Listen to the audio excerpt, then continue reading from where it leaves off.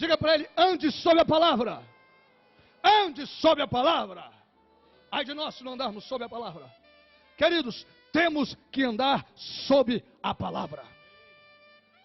Eles obedeceram a palavra e não questionaram, porque não eram homens apenas que estavam ali para questionar. Eles entenderam que a ordem de Jesus de atravessar para o outro lado era uma oportunidade de aprender um pouco mais, pois eram discípulos. Vamos observar que eles vão atravessando, vamos obedecer a palavra.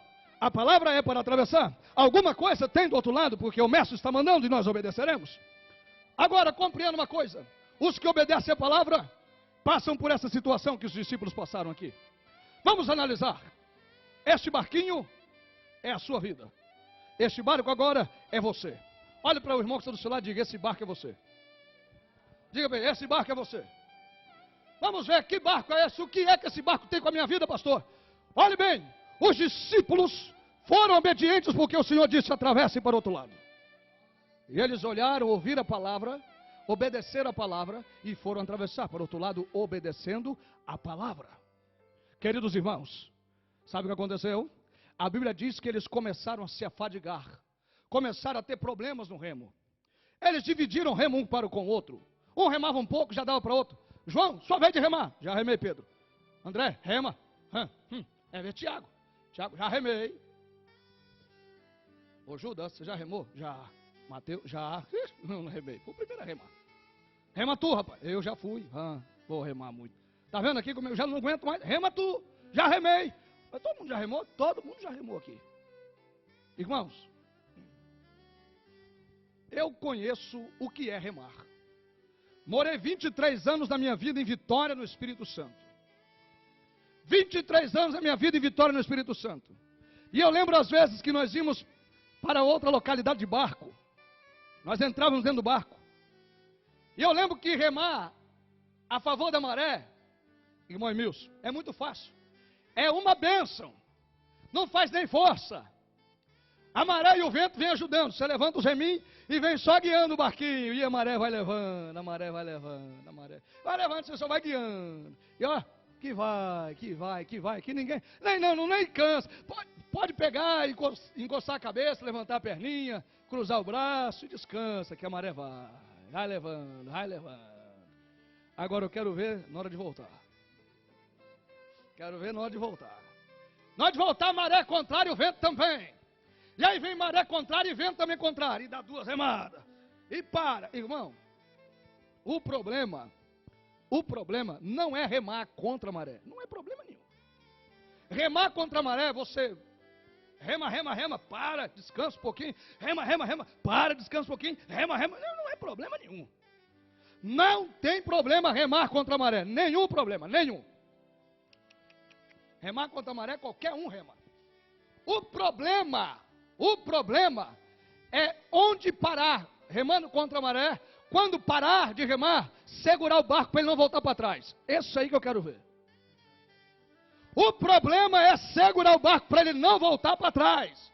Porque remar contra a maré é mais ou menos assim: você rema, para no lugar. Se você parar, frouxar a mão, levantar o remo, descansar, afrouxar um pouquinho, a maré volta com ele para trás. O vento vai levar de novo para trás. E você fica o dia inteiro, vai e vem, e nunca sai do lugar. A dificuldade não é remar contra a maré, é segurar o barco onde ele para. É segurar o barco até onde ele chegou. Se ele chegou até aqui, segurar ele aqui é o que é o problema. É não deixar o barco voltar. E a maré fica lutando para levar ele de volta. O vento fica empurrando para levar ele de volta. Aí fica lá, segura, lutando, e com remo, e segura. E o remo, e o vento querendo levar, e você segura. E o vento vai, e a onda vem, e o trem vai, e tem que segurar. A maré é tremendo. Segurar o barco ali no meio, ali onde ele para. Está dizendo aqui a Bíblia que o barco estava onde? O barco estava onde? No meio do mar. O barco chegou no meio e todos estavam cansados, afadigados, estavam já sem força de remar. O problema não era continuar remando. Sabe o que significa a palavra meio? A palavra meio significa a mesma distância de chegar para frente, de chegar no destino, é a distância de voltar para trás. Meio significa a mesma distância de chegar no fim, é a distância de voltar para trás. Meio significa isso. Eles chegaram com o barco no meio do mar. Eles olharam e viram que estavam no meio. A distância de chegar do outro lado era a mesma distância de voltar para trás. Só tem um problema: para chegar do outro lado, a maré e o vento é contrário. A maré e o vento não deixa. Para ir para trás é só levantar os remos que a maré leva embora. É fácil. Para voltar para trás é só levantar o remo, descansar, cruzar os braços que a maré leva embora, e não faz força nenhuma para voltar para trás.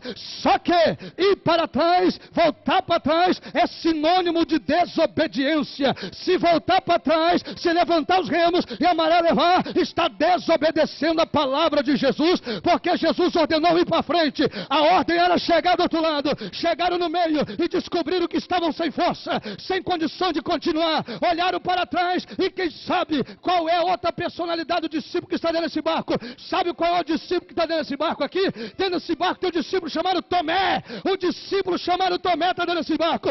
Ele já logo brada dizendo: eu sabia que nós íamos morrer afogado. Eu sabia que nós íamos perecer. Eu sabia que a gente ia morrer. Não vou morrer, vai afundar. Já era, acabou. Tomé está no nosso meio. Quando tem alguém chegando no meio da luta, no meio da prova, no meio da situação difícil, não tem força para remar, já levanta um dizendo: vai morrer, vai desviar. Ou até ele mesmo diz, não dou conta, essa prova vai me jogar para fora da igreja, essa luta vai me botar para lá. E não é verdade. A Bíblia diz que Jesus Cristo estava olhando os discípulos. Jesus estava de longe a contemplar. Sabe o que significa? Ele não te deixa, ele te olha, ele te enxerga, ele está te vendo, ele sabe o que você aguenta e não aguenta, ele conhece o seu limite, ele está te vendo.